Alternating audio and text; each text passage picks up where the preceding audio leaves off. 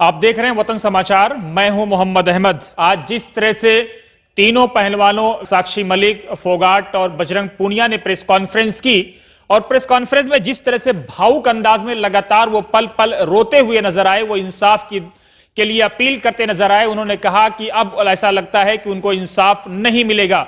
जिस तरह की बातें बजरंग, साक्षी और फोगाट ने कही, वो अपने आप में एक लोकतांत्रिक देश के लिए और इन पहलवानों के लिए बहुत कुछ सवाल खड़े कर रही हैं, क्योंकि भारत एक लोकतांत्रिक देश है और लोकतांत्रिक प्रक्रिया में इन्होंने जो डिमांड उठाया था लास्ट ईयर, जो इन्होंने प्रोटेस्ट किया था, इनकी ये डिमांड थी कि किसी भी तरह से बृजभूषण के कुंबे से या बृजभूषण का कोई एलाइड या कोई सपोर्टर या कोई चाहने जानने मानने वाला संघ फेडरेशन का अध्यक्ष नहीं बनना चाहिए। आज इन्होंने सीधे आरोप लगाया कि संजय जो हैं वो सीधे सीधे बृजभूषण के काफी करीबी हैं, वो उनके बेटे से ज्यादा करीबी हैं।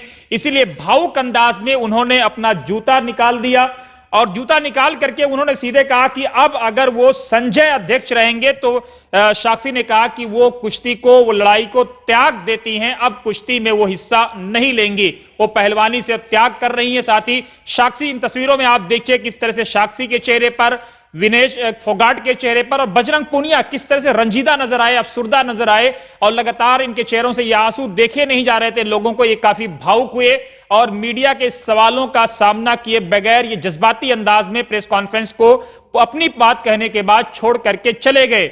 ये अपने आप में एक बड़ा सवाल है और सवाल इसलिए भी है कि लगातार इन लोगों ने लड़ाई लड़ी थी। एक महिला सामने आई थी और ऐसा माना यह जा रहा था कि वो अध्यक्ष के लिए दावेदार हो सकती हैं, अध्यक्ष पद का चुनाव जीत सकती हैं, लेकिन उनको हार का सामना करना पड़ा है। और आरोप यह लग रहा है कि जो संजय हैं वो सीधे सीधे बृजभूषण, जो भाजपा के सांसद हैं, सरकार में बेहद करीबी माने जाते हैं, ये सब उनके सहयोगी हैं, उनके एलाइड हैं। लेकिन क्या कुछ होगा आने वाले दिनों में, सरकार के लिए भी बड़ा चैलेंज होगा, क्योंकि एक तरफ संसद पर जिस तरह से विद्रोह हुआ है, उन्होंने जिस तरह से जो हरकतें की हैं, वो सारी चीजें पहले से सरकार घिरी हुई थी। लेकिन अब एक और चीज जो सामने आई है कि जिस तरह से साक्षी ने जज्बाती अंदाज में सरकार पे कहीं ना कहीं दबाव बनाने की कोशिश की है। क्या सरकार पर वो दबाव बना पाएंगी, एक बड़ा सवाल होगा। और आने वाले दिनों में देखना होगा कि हरियाणा की राजनीति और खासतौर से जो जाटलैंड की राजनीति है वो किस तरफ करवट लेती है, वो भी एक बड़ा सवाल होगा। लेकिन तब तक के लिए आप इंतजार करिए। लेकिन जिस तरह से इन पहलवानों ने जज्बाती अंदाज में सारे फैसले लिए हैं,